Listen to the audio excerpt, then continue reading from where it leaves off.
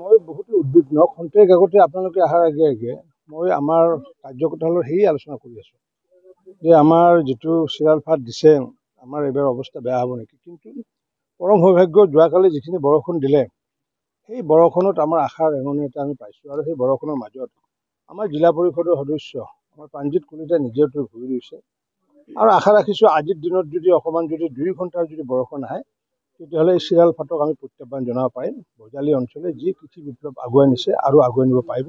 প্ৰকৃতিৰ পৰা খালি আজি এটা দিনটো বিচাৰিছোঁ, প্ৰকৃতিয়ে যদি আজি এটা দিনটো দিয়ে তেতিয়াহ'লে আমি ধানৰ বিপ্লৱ যি কৰি গৈছোঁ ধানৰ বিপ্লৱক আমি প্ৰত্যাহ্বান জনাব পাৰিম বুলি ভাবোঁ। অসমত যিদৰে উচ্ছেদ চলিছে, মই বহুতো উদ্বিগ্ন খন্তেক আগতে আপোনালোকে অহাৰ আগে আগে মই আমাৰ কাৰ্যকলাপৰ সেই আলোচনা কৰি আছোঁ যে আমাৰ যিটো চিৰালফাট দিছে আমাৰ এইবাৰ অৱস্থা বেয়া হ'ব নেকি। কিন্তু পৰম সৌভাগ্য যোৱাকালি যিখিনি বৰষুণ দিলে সেই বৰষুণত আমাৰ আশাৰ ৰেঙনি এটা আমি পাইছোঁ আৰু সেই বৰষুণৰ মাজত আমাৰ জিলা পৰিষদৰ সদস্য আমাৰ প্ৰাণজিৎ কলিতাই নিজেতো ঘূৰি গৈছে আৰু আশা ৰাখিছোঁ আজিৰ দিনত যদি অকণমান যদি 2 ঘণ্টাৰ যদি বৰষুণ আহে তেতিয়াহ'লে এই চিৰালফাটক আমি প্ৰত্যাহ্বান জনাব পাৰিম। বজালী অঞ্চলে যি কৃষি বিপ্লৱ আগুৱাই নিছে আৰু আগুৱাই নিব পাৰিব।